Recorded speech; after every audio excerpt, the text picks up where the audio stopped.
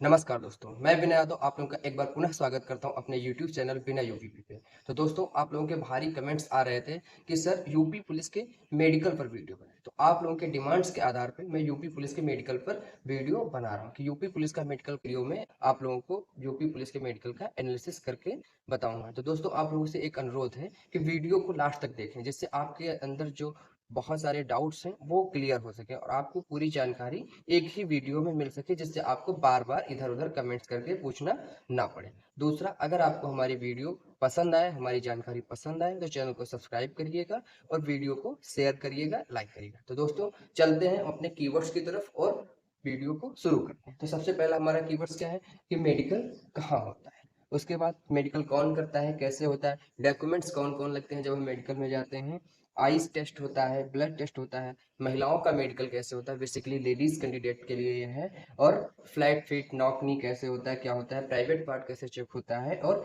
महिला अभ्यर्थियों का जो प्रेगनेंसी वाला मैटर होता है उसके आधार पे मतलब उनका क्या होता है, क्या उनको फेल कर दिया जाता है क्या।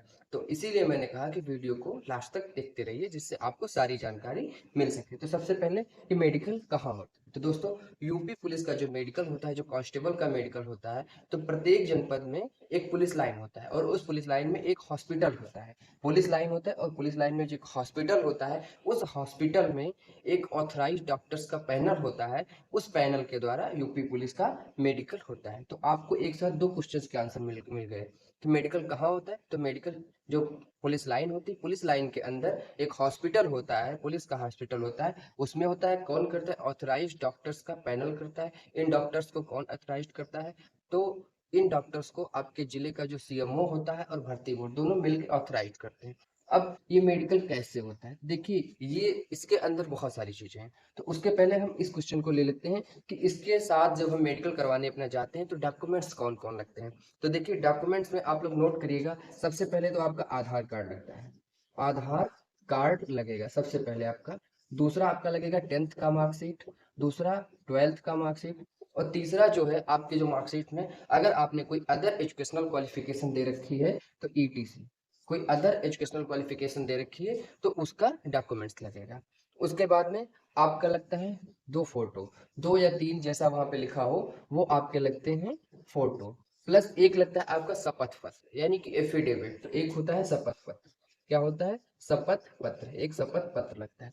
उसके बाद में क्या होता है, फिर लगते हैं आपके मतलब सर्टिफिकेट, आय जाति निवास, अगर आप ईडब्ल्यूएस से हैं तो ईडब्ल्यूएस का सर्टिफिकेट। तो आय जाति निवास, आय जाति निवास और ईडब्ल्यूएस वाला। देखिए, जो लोग ईडब्ल्यूएस कैटेगरी से बिलोंग करते हैं उनको ईडब्ल्यूएस का सर्टिफिकेट देना पड़ेगा, ये सबके लिए नहीं है। दूसरा, जो जाति प्रमाण पत्र है, अगर आप जाति प्रमाण पत्र नहीं दाखिल करेंगे तो आपको जनरल कैटेगरी का कैंडिडेट मान लिया जाएगा, आपका अभ्यर्थन रद्द नहीं किया जाएगा। निवास ये सबके लिए अनिवार्य है, निवास प्रमाण पत्र सभी को जमा करना पड़ता है। ये आय प्रमाण पत्र है तो ये कुछ कंडीशंस में जमा होता है, जैसे कि आप अगर उसका रिजर्वेशन ले रहे हैं तो आपको आय प्रमाण पत्र देना पड़ेगा, अगर रिजर्वेशन नहीं ले रहे हैं तो जरूरी नहीं कि आय प्रमाण पत्र दिया ही जाए। तो ये हो गया हमारा डॉक्यूमेंटेशन। अब देखते हैं कि मेडिकल कैसे होता है।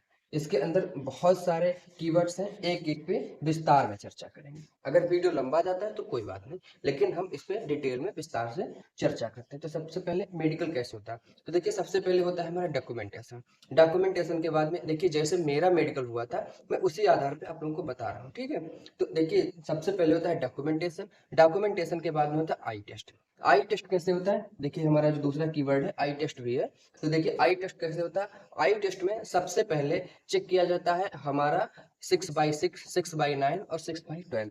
6/6, 6/9 और 6/12, इन तीनों को चेक किया जाता है। 6/6 पास होना चाहिए, 6/9 होना चाहिए और उसके बाद 6/12 तो होता ही होता है। तो ये कैसे होता है, देखिए एक बड़ा सा बॉक्स होता है, आप लोग गए होंगे आई हॉस्पिटल में तो वहाँ पे रखा होता है, उसके अंदर एक रॉड जलती रहती है और उस बॉक्स में कुछ लेटर्स लिखे होते हैं, जैसे कुछ हिंदी वर्णमाला के, कुछ इंग्लिश वर्णमाला के और कुछ 1 2 3 4 करके नंबर्स लिखे होते हैं। और दूर से दिखा के पूछा था कि वहाँ पे क्या लिखा, एक एक आंख बंद करवा के, तो वो होता है हमारा ये 6/12, 6/9 और 6/6। ये हो गया। उसके बाद में हमारा चेक किया जाता है कलर ब्लाइंडनेस। जी हाँ दोस्तों, कलर ब्लाइंडनेस। तो कलर ब्लाइंडनेस कैसे होता है, एक ऐसे हमारा पेपर होगा, उसमें ऐसे करके एक गोला होगा, उस गोले के अंदर बहुत सारे ऐसे ऐसे पॉइंट होंगे, और इन पॉइंट्स के अंदर कोई एक अक्षर, कोई एक लेटर, कोई एक नंबर लिखा होगा, और हमसे पूछा जाएगा कि इस गोले के अंदर जो अक्षर या नंबर लिखा है वो क्या है। तो ऐसे करके हमारा आई टेस्ट हो जाता है। जब आई टेस्ट हमारा हो जाता है तो उसके बाद हमारा शुरू होता है मेन मेडिकल। उसके बाद मेन मेडिकल में सबसे पहले क्या होता है, तो वहां पे जाके सबसे पहले हमारी हाइट नापी जाती है, मतलब हमारी लंबाई, जो हम अपनी फिजिकल में नपवा के आए होते हैं। तो सबसे पहले हमारी होती है लंबाई, लंबाई नापी जाती है। उसके बाद जो पुरुष होते हैं, पुरुषों का होता है चेस्ट, तो पुरुषों का नापा जाता है सीना। अब सीना आप सभी लोगों को पता है, जनरल, ओबीसी और एससी, इनके लिए होता है 79 से 84 सेंटीमीटर, और जो एसटी होते हैं उनके लिए होता है 77 से 82 सेंटीमीटर। ये एसटी कैंडिडेट्स के लिए है।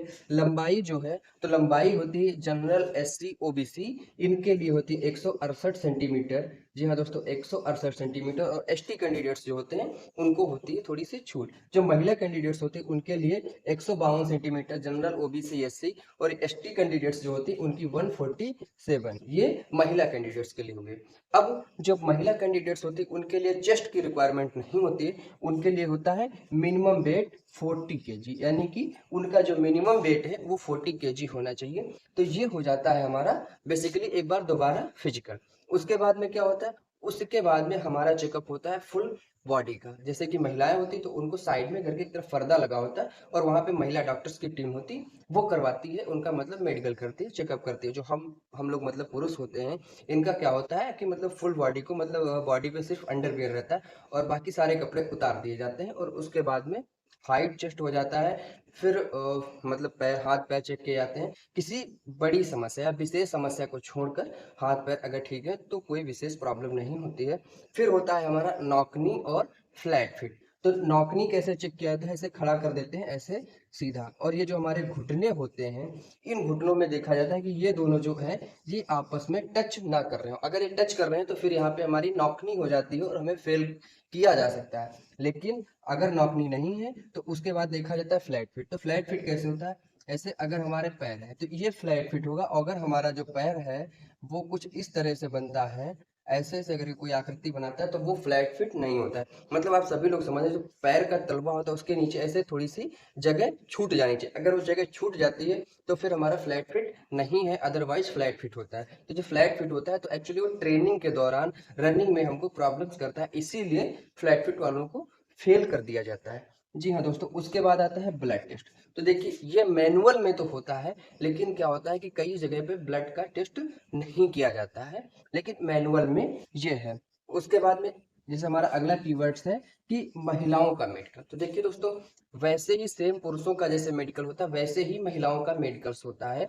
बस उनमें फर्क ये होता है कि उनका मेडिकल जो है वो लेडीज डॉक्टर्स के पैनल के द्वारा किया जाता है, और पुरुषों से थोड़ा सा हट के किया जाता है। बाकी वो सारी चीजें उनमें चेक की जाती हैं जो पुरुषों में चेक की जाती हैं। जैसे कि पुरुषों में सीना चेक किया जाता है, तो महिलाओं में उनका वेट है।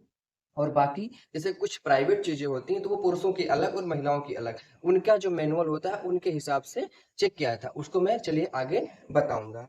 तो उसके बाद में आता है कि जैसे एक्सरे, बॉडी का एक्सरे होता है कि नहीं होता है। तो देखिए, मैनुअल में तो है एक्सरे, पर वैसे बेसिकली ज्यादातर जगहों पे, ज्यादातर मतलब पुलिस लाइन में एक्सरे की या तो सुविधा नहीं होती या तो करवाते नहीं है। क्योंकि अगर आप 5 किलोमीटर या 2.5 किलोमीटर दौड़ के आए हैं, आई हैं, तो फिर मुझे नहीं लगता कि एक्सरे की उनको जरूरत महसूस होती है।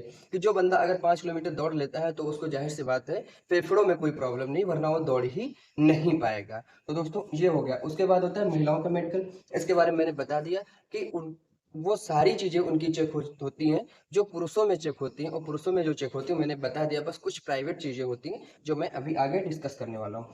फ्लैट फीट और नौकनी के बारे में मैंने आपको ऑलरेडी बता दिया है। उसके बाद आता है प्राइवेट पार्ट। क्या पुरुषों का प्राइवेट पार्ट चेक होता है? तो जी हाँ दोस्तों, मैनुअल में है, और कहीं कहीं पर चेक भी होता है प्राइवेट पार्ट पुरुषों का। महिलाओं में भी ऐसा है मैनुअल में, और उनका जो लेडीज डॉक्टर्स का पैनल होता है वो लोग जैसा कुछ होता होगा वो चेक करते होंगे या नहीं होंगे, ये तो विशेषकर कुछ महिला कैंडिडेट्स हैं वही बता सकती हैं। और उसके बाद क्या अगर कोई महिला अभ्यर्थी जो है वो शादीशुदा अगर हैं और उस समय मेडिकल के दौरान वो प्रेग्नेंट हैं तो क्या उन्हें मेडिकल में फेल कर दिया जाएगा? तो जी हाँ दोस्तों, अगर कोई शादीशुदा महिला अभ्यर्थी है और मेडिकल के दौरान वो प्रेग्नेंट है या प्रेग्नेंट पाई जाती हैं तो उनका जो मेडिकल है उसे रद्द कर दिया जाता है और उनको आफ्टर प्रेगनेंसी वो एक बार एक लेटर दे के या ऑफिशियल लेटर दे के अपने एसबी ऑफिस में या भर्ती बोर्ड को अपना री मेडिकल के लिए अप्लाई कर सकती हैं। और वहां पर जब वो री मेडिकल में पास हो जाती हैं तो वो अपनी जॉब को दोबारा ज्वाइन कर सकती हैं, उसमें उनको कोई समस्या नहीं होती है। और इन सारे कीवर्ड्स के बाद मुझे नहीं लगता कि आप लोगों को अब कुछ और मेडिकल के बारे में पूछना होगा या बताना रह गया है। तो दोस्तों, इसी के साथ आज की जो हमारी क्लास है वो समाप्त होती है। जय हिंद दोस्तों, मिलेंगे फिर अपनी अगली क्लास में। अगर आप लोगों को किसी और चीज के बारे में कोई जानकारी चाहिए तो नीचे कमेंट करके बता सकते हैं, उस बारे में भी हम वीडियो बना देंगे। जय हिंद दोस्तों, नमस्कार।